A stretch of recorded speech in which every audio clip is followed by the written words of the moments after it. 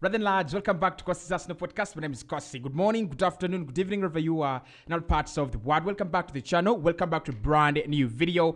Gabriel Jesus is back, and that means that we have to integrate him into the squad once again, actually into the starting lineup once again. Mikel Arteta about the problem. He said we have a problem, a selection problem with Leandro Trossard doing very well and Gabriel Jesus coming back at the moment. But he said that is a problem you want to have. You want to have a problem of quality rather than a problem of scarcity, and I really do agree with him in that regard. But the big question for me is, do you drop Trossard? Do you drop Martinelli? Do you drop Saka to accommodate Gabriel Jesus? I understand there's going to be a lot of rotation in this squad, but is there a possibility that we can play the four of them in the pitch and increase that productivity and also the kind of flexibility in the front three and in that attack? That is the big question. How would Arsenal line up with Trossard, Martinelli, Jesus, and Saka all in the team? Let me know your thoughts in the comment box below. Would you love to see the four of them together in the same lineup?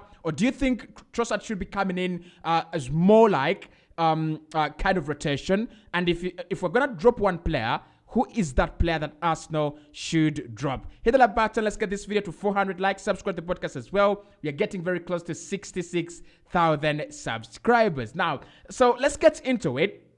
Now, there are a couple of formations that Mikel Arteta could play to play Trossard, Martinelli, Jesus, and Saka together. But there are also other options that we can look at, including rotating Saka, rotating Martinelli, and also rotating for the Europa League that we are still playing in at the moment. So option number one is playing Trossard instead of Granit Xhaka. So this is how we line up, predominantly a back four with Martin Ødegaard, Partey, and Xhaka in midfield, Martinelli, Jesus, and Saka up top. So one thing we could do is play Leandro Trossard instead of Granit Xhaka. That means we eliminate Granit Xhaka out of the starting lineup, and our lineup then becomes a back four of goalkeeper Ramsdale in goal, Zinchenko, who always actually tucks into this midfield position very well, Gabriel Magalhaes, William Saliba, Benjamin White, Leandro Trossard in midfield, Ødegaard and Partey in midfield as well. Now, that is not actually a very crazy shot, as many people would actually say that is a crazy shot. That is not a very crazy shot. This is my reasoning, and this is why I think that's not a very crazy shot, right?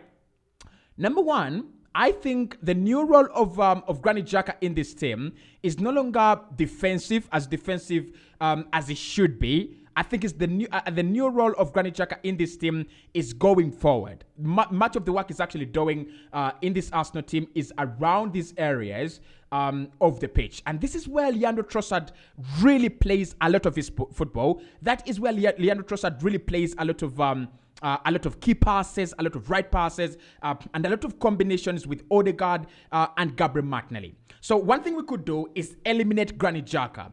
But that has got a problem, and this is one of the problems that we would be facing if we eliminate Granit Xhaka. Number one, Xhaka is a very good player in terms of covering for Alexander Zinchenko, who always comes into these midfield areas. So Xhaka, when he's not occupying these spaces, he's actually occupying this space around here. If you watched us against Fulham, the second goal comes from Xhaka occupying this area here. I think Arsenal overcrowded in this area. The ball is then played to Xhaka, who is around here. Then he runs to find Leandro Trossard, who has made that kind of interesting run around here. All right, and then Trossard assists for Gabriel Martinelli.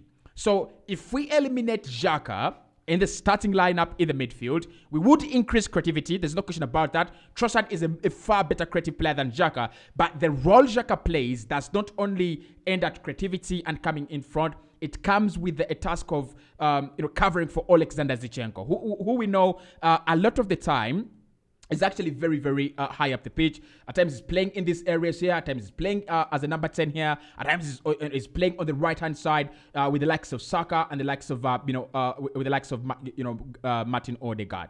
So option one is to play Leandro Trossard instead of Granit Xhaka, but that for me is not the best option. I don't think that would be the best option. I think Xhaka in this role has been very, very good this season, and he deserves to play there every single day. Okay, so playing the four of them, eliminating eliminating Xhaka for Leandro Trossard is not a viable option. It's good. We create a lot of chances with Leandro Trossard on the pitch. It would give us so many options, but it is not the best option there is, right?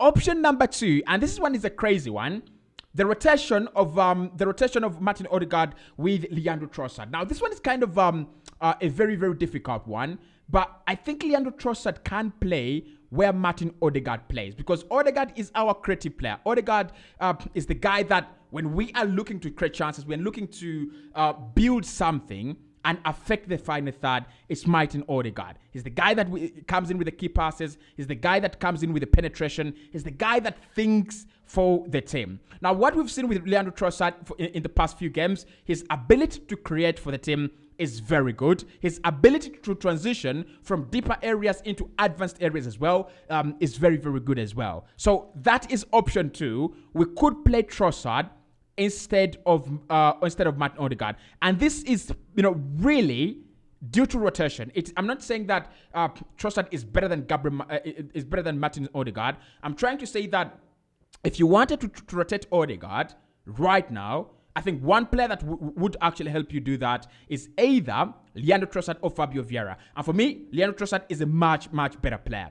But the problem I have with Martin Ødegaard and Trossard is the other attributes of the game that Ødegaard has that Leandro Trossard does not have.